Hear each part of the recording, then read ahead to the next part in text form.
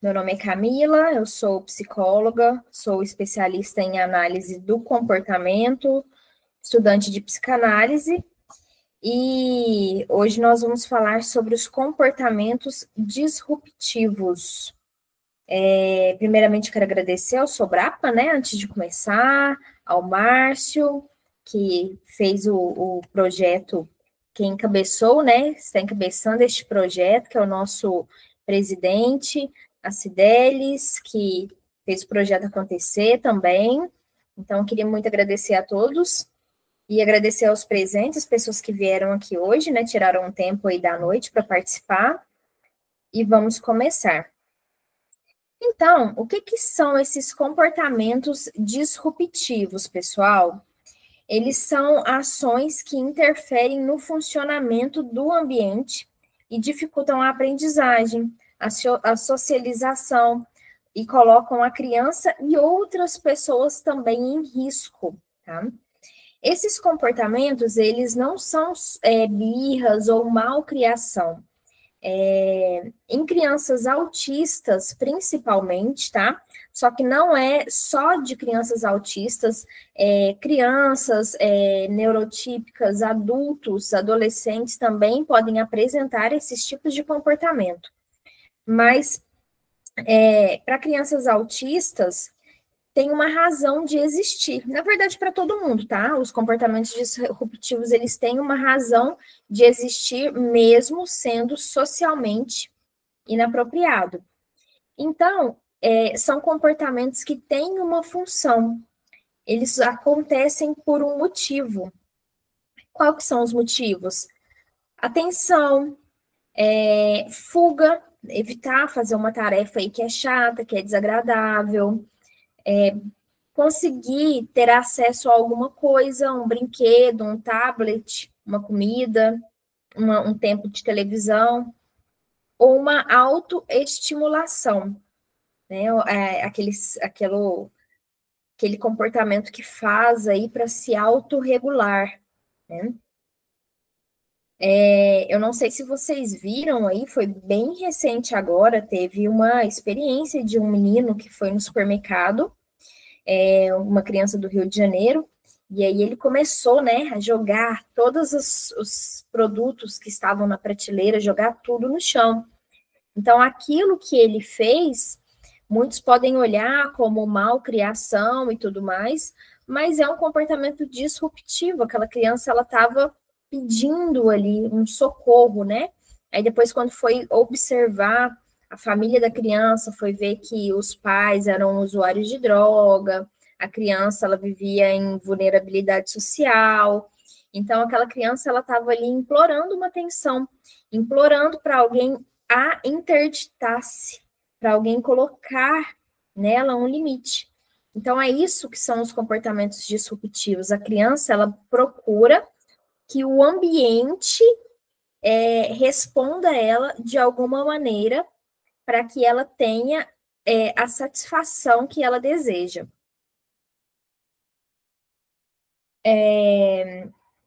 Avaliação funcional do comportamento. Então, o que é isso? Ele é um processo sistemático que serve para compreender a função desse comportamento que a pessoa, que a criança está tendo. Então, ao invés de perguntar ali como é que eu faço para a criança parar de ter este comportamento, nós devemos entender o que essa criança está tentando comunicar com esse comportamento. Então, essa avaliação funcional, ela vai ajudar a identificar quais são as causas, os gatilhos que fazem com que esse comportamento ele venha a acontecer, descobrir quais são os reforços que estão acionando esse comportamento e a desenvolver algumas intervenções que possam ser eficazes para a gente poder estar lidando com esse problema. Então, a avaliação funcional, ela parte de 3 etapas, que são as entrevistas, os questionários, a observação direta do comportamento, quando está ocorrendo ali com você, e a análise funcional experimental, que é em um ambiente controlado, tá? E aí nós vamos falar um pouco mais sobre todos esses pontos, esses três.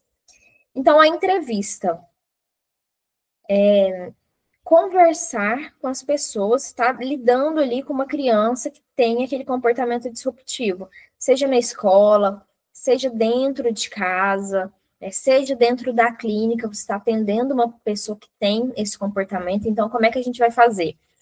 Ó, conversar primeiro com as pessoas que convivem com essa criança, com os pais. Entender se esse comportamento se repete na escola, fala com os professores, com o terapeuta ali, na hora que ele está fazendo o manejo, ensinando os comportamentos para a criança, isso acontece, tá? Qual que é esse contexto? Qual que é a frequência desse comportamento? Acontece todos os dias? É só de vez em quando? É sempre quando acontece algo, algum comportamento, algum antecedente? Quais são esses gatilhos? Tem alguém perto quando isso acontece, tá? Qual que é o horário? É de manhã? É mais à tardezinha? Como é que as pessoas elas estão reagindo a esse comportamento da criança, tá? Será que tem um irmãozinho que chegou quando esse comportamento acontece? Ou alguma outra criança em específico? Acontece só na frente da mãe, só na frente do pai, só na frente do professor, né? Então, na última semana, 3 semanas atrás, teve uma experiência, né, que o pessoal trouxe aqui, de uma criança que faz isso na escola só com uma pessoa determinada. Então, é o tipo de coisa que precisa entender, que ser investigada. Essas observações diretas, tá? Então, ali você tá é o seu filho que está fazendo esse comportamento, é a criança que você atende ali na sua clínica, o seu aluno. Então, esse comportamento, ele está acontecendo ali direto com você. Então, começa a mapear o que aconteceu antes desse comportamento, tá?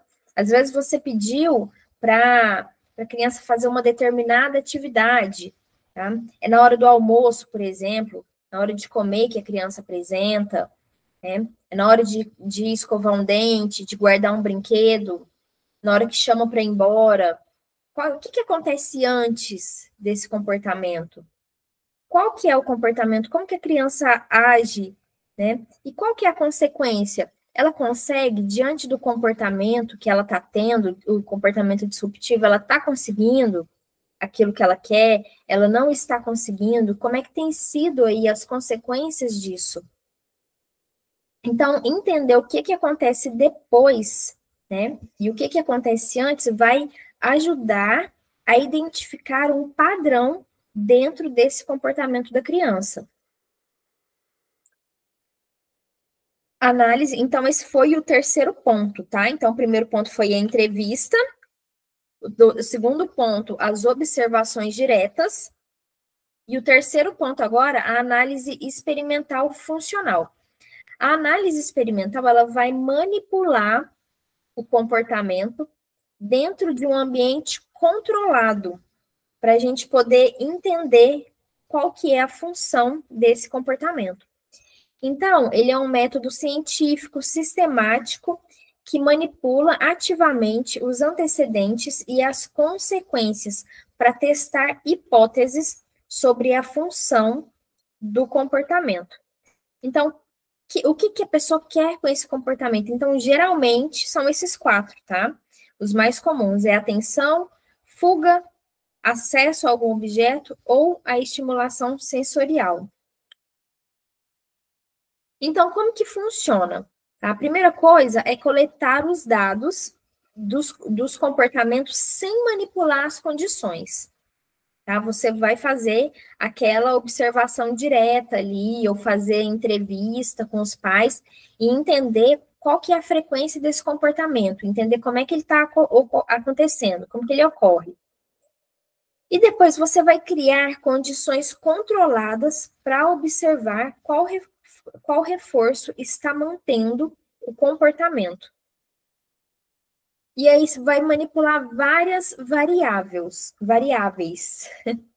para a gente entender melhor o que a criança está buscando com isso.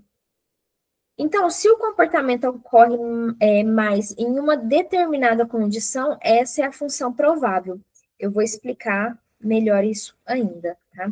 Então, vamos lá para o ambiente controlado. Eu trouxe aqui para vocês alguns exemplos para vocês entenderem melhor. Então, vamos lá, uma condição de fuga. Nós estamos aí com uma hipótese, tá? Nós estamos num ambiente controlado com essa criança e nós temos uma hipótese de que aquele comportamento dela é de fuga. Então, nós vamos testar para ver se realmente faz sentido isso. Então, o adulto ele vai apresentar para a criança uma tarefa desafiadora. Se a criança apresenta o comportamento, a tarefa é interrompida ou retirada. Então, vamos ao exemplo. A mãe pede para Maria comer o brócolis na hora do jantar. A Maria, ela começa a chorar e a gritar. A mãe não fala nada, a mãe retira o prato e o grito da Maria cessa. Maria para de gritar. Então, o que entende? Se o grito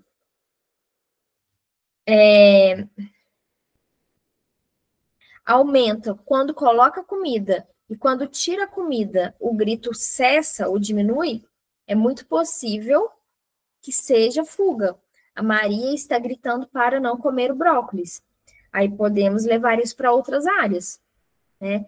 Tá para fazer um dever de casa, ou a criança tá brincando, a criança está lá brincando. E aí você chama a criança para ir para dentro, para guardar o brinquedo, ou para fazer uma tarefa. A criança começa a gritar e a espernear, a dar uma birra. Aí você vai e deixa a criança lá. Não, tudo bem. Deixa a criança lá, brincando. Ou você vai e tira a tarefa.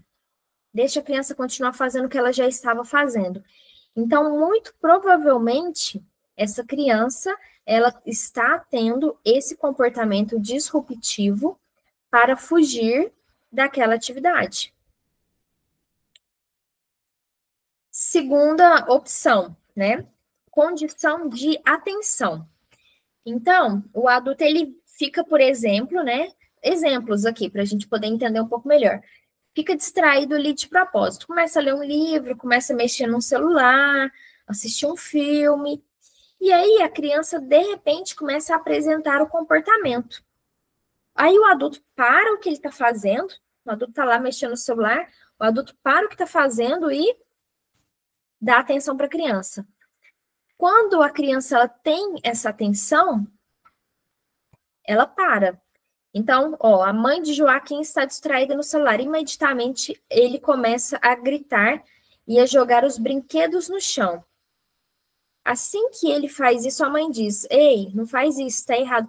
E aí pode ser atenção positiva ou atenção negativa, tá? Atenção é atenção de qualquer jeito. Você pode olhar e falar: ô, meu filho, né? Ir lá, dar um beijo, dar um abraço. Sabe? O que você está chorando? É atenção. Ou você pode censurar a criança, né? Falar: ô, psiu, para com isso, menino. O que você está fazendo aí? Brinca, vai estragar o brinquedo? Então, de todo jeito, você está dando atenção para essa criança. Se, quando você dá a atenção, o comportamento ele aumenta, significa que ele estava querendo atenção mesmo, tá?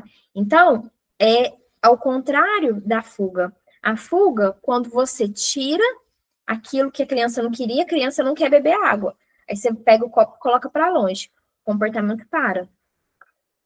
Agora, aqui na atenção, você dá atenção para a criança, o comportamento aumenta. Por quê? Porque ela quer mais atenção. Ela quer o seu olhar para ela. Então, a partir do momento que você deu atenção, o comportamento ele vai aumentar. Então, é possível que seja uma função social de atenção. Condição de tangibilidade, né? Acesso a itens. A criança, ela tá com um item ali desejado, a criança está brincando no tablet. E aí você vai lá e tira o tablet e coloca em cima da mesa. E a criança não pode mais usar. O que a criança faz? Se joga no chão, começa a chorar, espernear, grita. Aí você pega o tablet, entrega de novo.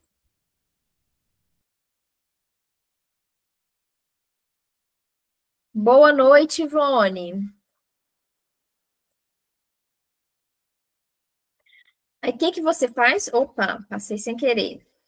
Você pega o tablet e entrega para a criança. E aí o comportamento desaparece. O que significa? Que era isso que a criança queria. A criança queria o tablet. Então, você deu o que a criança queria.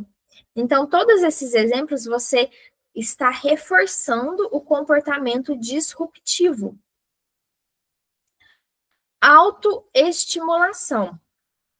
Como que faz esse teste com a criança? A criança está ali, fica batendo a mãozinha, as perninhas o tempo todo. Você coloca ela sozinha lá numa sala. Ela não tem nenhum estímulo, ela não tem ninguém, não tem um pai, não tem a mãe, não tem o analista, não tem um professor, ela não tem outras pessoas para quem ela possa estar chamando atenção, não tem estímulo do ambiente, brinquedo, nada. E ela vai aumentar, ela vai começar a fazer isso mais. Então, exemplo, Henrique balança o corpo e bate as pernas repetidamente, mesmo sem ninguém por perto. Então, isso ocorre em todas as condições, mas mais intensamente quando ele está sozinho. Ou seja, função de autoestimulação. Às vezes a gente tem isso, tem uns tiques, né? Não sei se vocês já tiveram uns tiques aí.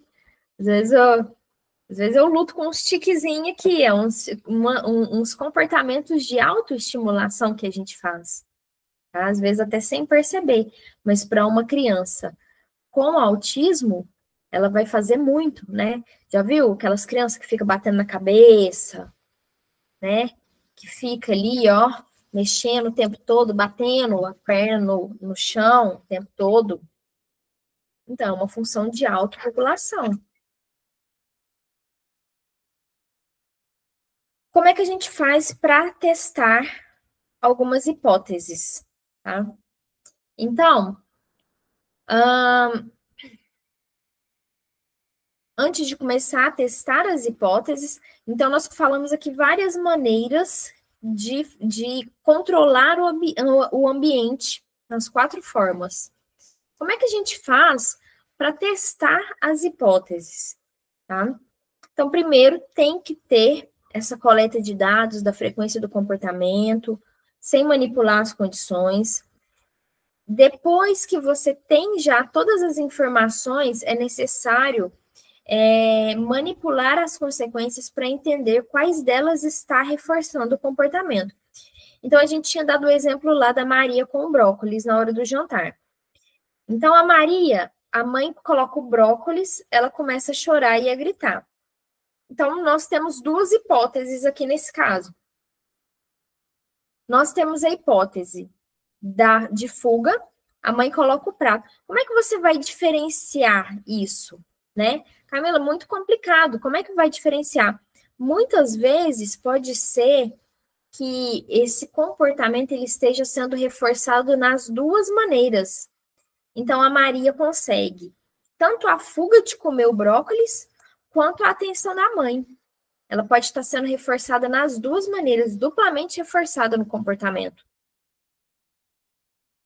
Mas dá para a gente saber qual é o comportamento principal, ou se tem um comportamento específico, né? Às vezes ela está só tentando fugir, ou só tentando chamar atenção. Então, ó, vamos ver. A mãe coloca o prato, não fala nada. Ao gritar, a comida é retirada. Então, colocou o prato lá para Maria, Maria começou a gritar, a mãe tirou a comida e não falou nada, não deu atenção para Maria, só tirou a comida. Aí a Maria foi e parou de gritar. Significa que era a fuga, ela conseguiu o que ela queria, que era fugir de comer o brócolis. A segunda hipótese que é de atenção. A mãe mantém o prato na frente da Maria e fala, ó, para com isso, para de gritar, Maria. Come aí seu brócolis. E aí os gritos, eles aumentam significativamente, tá? Isso sugere que ela quer receber a atenção da mãe. Então, a função é receber a atenção. Então, é importante, quando for fazer esses testes de hipóteses aí nos ambientes controlados, aplicar cada condição experimental diferente. Fazer cada sessão, você faz uma forma de experimentar, né? Você coloca lá o antecedente, vê o comportamento da criança, coloca o mesmo antecedente, vê o comportamento da criança e vai mudando as consequências. Para entender melhor qual comportamento, qual a consequência está reforçando aquele comportamento, tá? Ou você pode mudar também o antecedente, né? Às vezes realmente a Maria não gosta de brócolis, mas às vezes você coloca lá um tomate, será que ela vai ter a mesma reação? Será que ela está fugindo de comer todos os tipos de legumes, por exemplo, né? Por exemplo, ou numa atividade, você colocou uma atividade de matemática, a Maria fugiu, né? Ela começou a chorar e a gritar, mas você coloca, às vezes, uma atividade ali de português. Será que ela vai ter a mesma reação? Ela está fugindo de tudo? Ou ela está fugindo de algo específico? Né? Então, é isso que a gente vai entender aí fazendo esses testes de hipótese. Como que faz aí para reduzir o reforço dos comportamentos inadequados? Reduzir o reforço para comportamentos inadequados. Certo, nós vamos reduzir o reforço desse comportamento. Entendemos, chegamos lá na conclusão, fizemos os testes de hipóteses, descobrimos o que está reforçando o comportamento, qual que é a função desse comportamento, o que a criança precisa, o que ela quer, né, fazendo isso. Como que faz agora para diminuir? Então, isso é conhecido como extinção. Consiste em parar de reforçar o comportamento problema. Então, tá lá, a Maria ela começa a chorar querendo atenção. Então, sempre que a Maria começar a chorar e gritar, ela não vai ter atenção. A Maria quer que tire o prato da frente dela. Aí não vai tirar o prato da frente.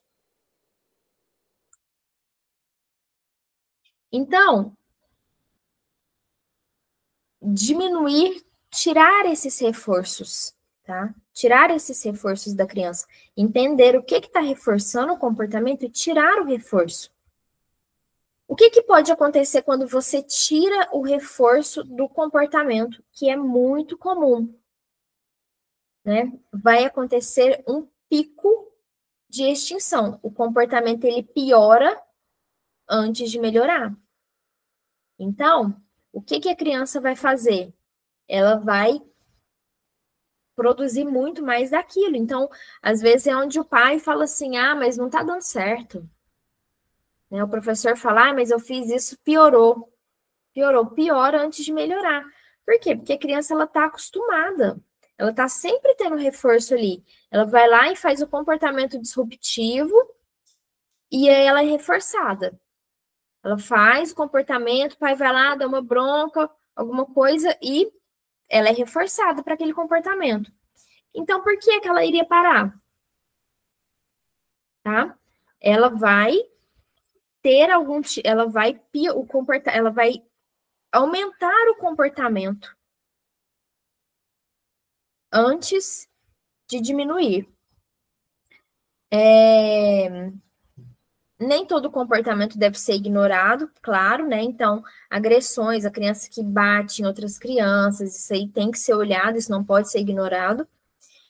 E a extinção, ela não pode ser sozinha, tá? Ela tem que vir com outros métodos de ensinar a criança a chegar. Não é que a criança, ela não possa chegar ali, ela quer ter atenção, ela precisa ganhar atenção, sim. Só que não é gritando que ela vai ganhar atenção. tá? Ela quer pegar o brinquedo, então como é que a gente vai ensinar essa criança a pedir o brinquedo sem bater no coleguinha? Tá? A criança ela não quer comer aquilo. Ensinar ela a comunicar de uma outra forma de eu não gosto disso, mãe. Ou não, desse jeito eu não gosto. Tem coisas que a gente não gosta de comer, por exemplo, tá? Então, como é que a gente. Não é que a criança não possa chegar aonde ela quer, mas não com esse comportamento disruptivo. Então, a extinção tem que vir a extinção do reforço para o comportamento ruim, e junto com isso, ensinar uma alternativa funcional para que ela consiga chegar no mesmo objetivo. Pessoal, até aqui vocês querem falar alguma coisa? Tem alguma dúvida aí? Querem fazer algum comentário, contar uma experiência? Podem ficar à vontade.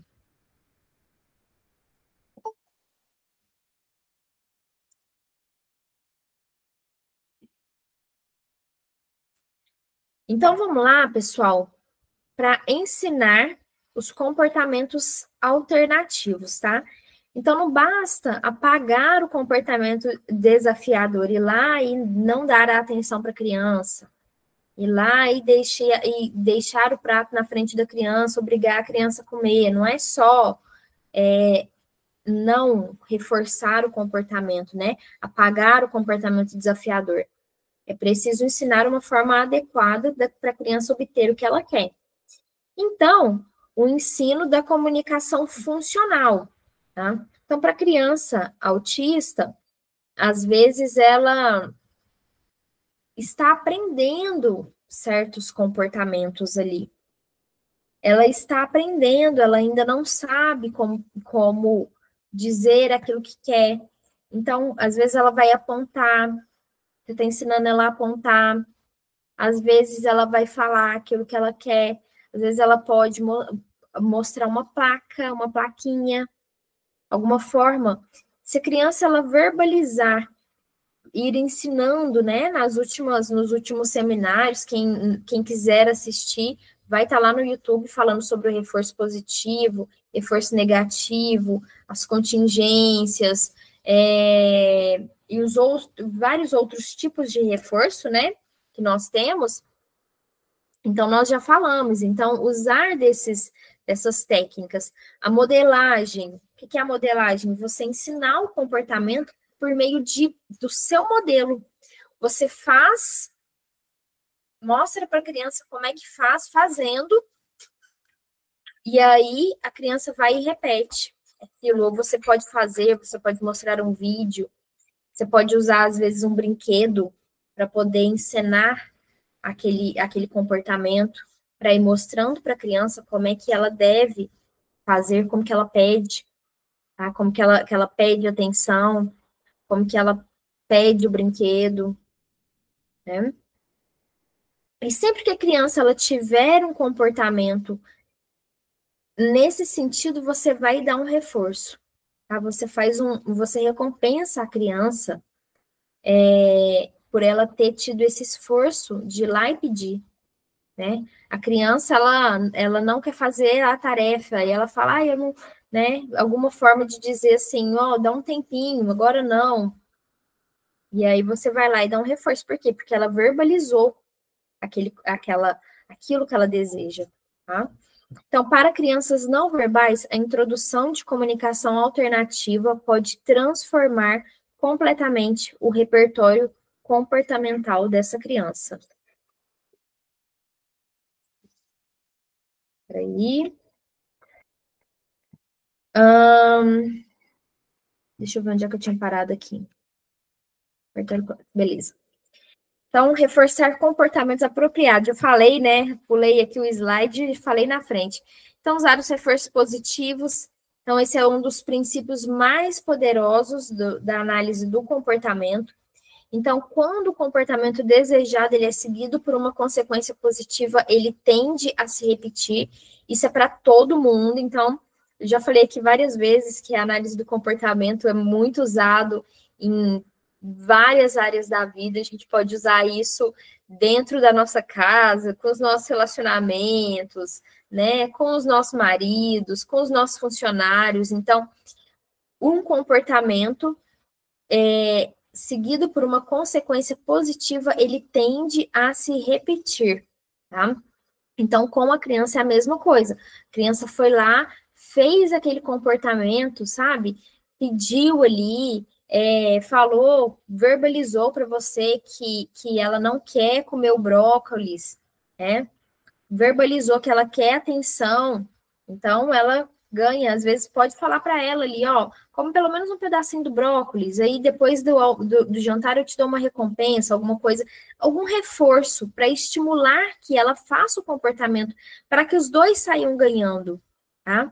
Você vai conseguir que ela faça o comportamento que precisa que ela faça, e ela vai conseguir ter a consequência positiva que ela precisa ter.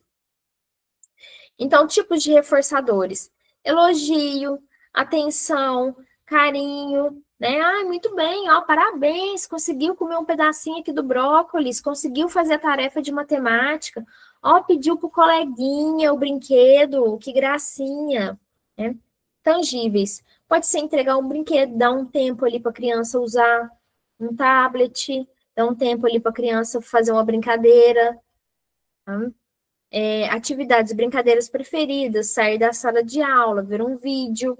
Então, o que a sua criança gosta? O que a sua criança gosta? Você vai reforçar com aquilo que a sua criança gosta.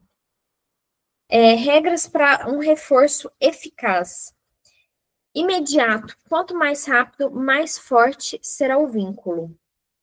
Contingente. Só ocorre se o comportamento desejado acontecer. Você não vai dar um reforço para a criança se ela não fizer o comportamento desejado, tá? Então, a criança, ela fez aquilo que vocês combinaram e aí ela vai ter um reforço positivo, né? Relevante, deve ser algo que a criança realmente quer.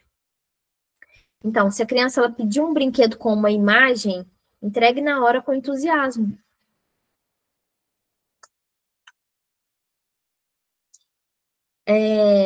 Exemplos de implementação de estratégia de intervenção. Então, já o exemplo da Maria aqui com o brócolis, né? A mãe pede que Maria coma o brócolis na hora do jantar. Ela começa a chorar e a gritar. O comportamento por busca de atenção. Então, uma possibilidade é reforçar verbalmente quando a criança sinalizar, seja levantando a mão, uma plaquinha, ou a fala, um tom de voz apropriado, não responder aos gritos. A criança, ela quer atenção, se ela falar gritando, ela não vai conseguir atenção. Mas se ela levantar uma plaquinha, levantar a mão, sinalizar de alguma forma que ela quer atenção, ela vai ter toda a atenção que ela deseja. Comportamento de fuga, né?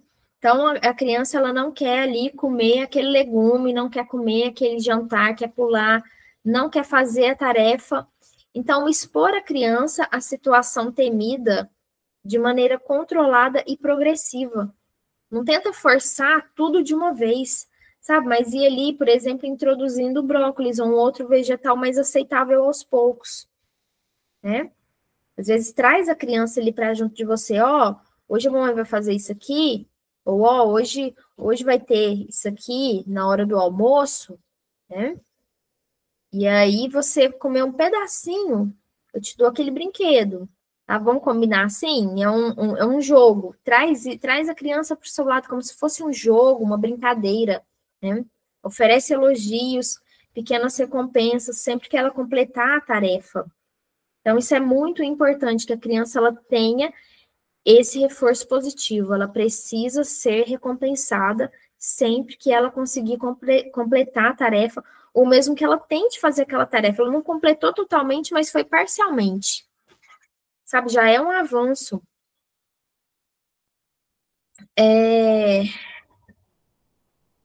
Então, observação importante. Pessoal, até aqui tudo bem? Alguma dúvida? Comentário? Então, acho que nós já vamos caminhando para o fim. Observações importantes. Então, a partir do momento em que Maria aprendeu o comportamento desejado, é importante fazer as adequações necessárias. Oferecer o reforço intermitente para que ela não fique dependente da recompensa para exibir o comportamento aprendido. Então, como é que funciona? Quando você está ensinando o comportamento, a recompensa ela tem que ser sempre ali na hora. Sempre entrega. Vou mandar a lista de presença. Peraí que eu vou explicar uma coisinha para vocês daqui a pouco.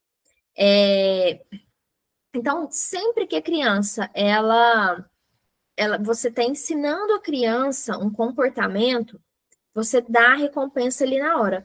A partir do momento em que a criança, ela já aprendeu o comportamento, aí essa recompensa, ela precisa ser intermitente, tá? A recompensa intermitente faz que o comportamento ele fique mais forte.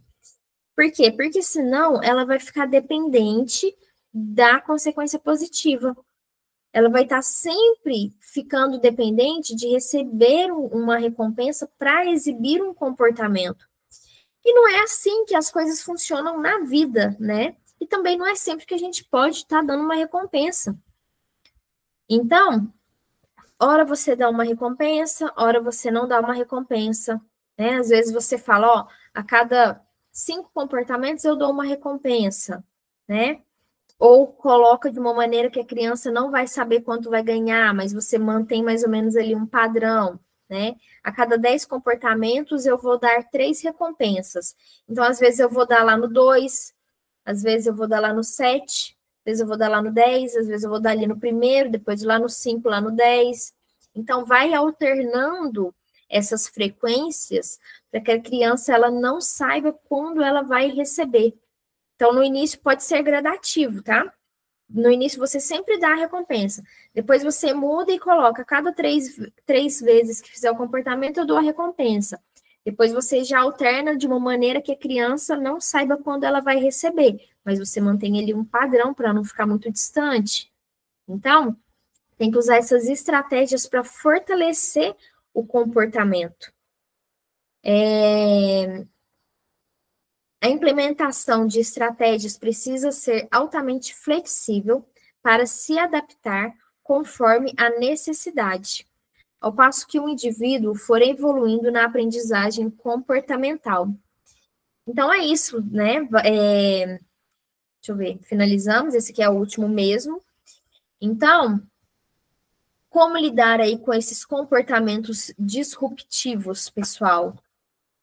Não reforçando, tentando entender, né? Usando aí de técnicas para entender qual é a função desse comportamento, o que a criança está buscando com esse comportamento. Ao entender o que a criança está buscando, ensinar ela de formas alternativas a conseguir o que ela deseja e não reforçar o comportamento disruptivo. Reforçar, sim, o comportamento aprendido que vocês vão ensinar para ela. Então, é algo fácil? Não, não é fácil. Não é fácil. Ensinar o comportamento disruptivo é muito mais fácil. Manter um comportamento disruptivo é muito mais fácil, porque você dá ali a recompensa que a criança quer, a criança para com o comportamento e pronto. Está resolvido ali, mas aí o comportamento disruptivo sempre vai voltar a acontecer.